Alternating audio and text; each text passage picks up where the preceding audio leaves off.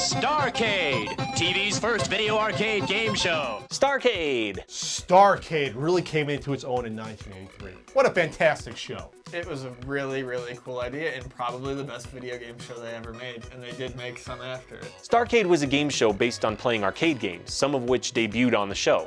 The host would ask the two contestants two very simple questions about arcade games, and if they got them right, they could play each other to compete to get the highest score. Now that's what I call a game show, because it's a game show about games. It respected the video games, it showed off new games, esoteric ones and the popular ones. You go back and watch these episodes, you're seeing some games that I'm learning about these games watching this show. It's great. You had, questions about arcade games, and then you would actually go and compete on these arcade games as well. You could show on television that you were good at this game. The consumer base for video games hadn't fallen into a niche yet. Yeah. There is young, there is old, there is male, there is female. Everyone is playing these games. There's families playing together on some of these shows. Video games weren't pegged as, oh, it's just a kid thing. Anyone could play them. You had 50-year-olds on the show.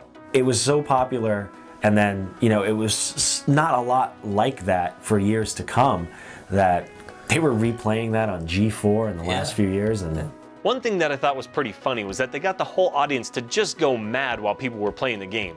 I mean, while nothing in particular is happening, like it's on the loading screen, nothing's happening, they're just going wild. It's not a sporting event. I mean, how do you cheer on someone playing Pac-Man? Is it go get those dots, eat them. You eat them up real good.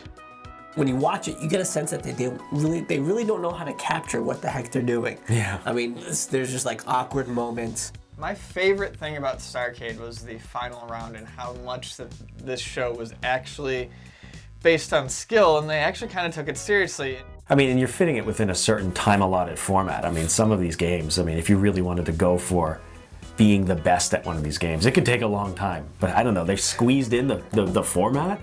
And it was actually video game knowledge. It wasn't knowledge that had nothing to do with video games, or it wasn't questions that had nothing to do with it, so you actually could learn about the games. A pilot for the show featured Alex Trebek before he started hosting Jeopardy, but the first season's host was Mark Richards. He was eventually replaced by Jeff Edwards, but that was definitely for the best. He was a fantastic host.